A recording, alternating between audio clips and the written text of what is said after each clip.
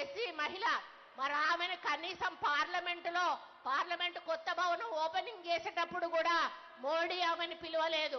ఎందుకంటే ఆమె వీడో అని చెప్పి ఆమెను పిలవలేదు.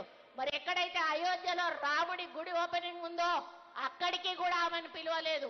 ఎందుకంటే ఆమె ఎస్సీ అని పిలవలేదు.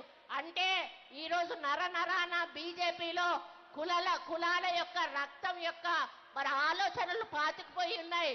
అంటే ఈరోజు మన ప్రెసిడెంట్ గారు ఒక ఎస్సీ మహిళ, మరి ఆమెను కనీసం పార్లమెంటు కొత్త భవనం ఓపెనింగ్ చేసేటప్పుడు కూడా మోడీ ఆమెను పిలవలేదు. ఎందుకంటే ఆమె వీడో అని చెప్పి ఆమెను పిలవలేదు.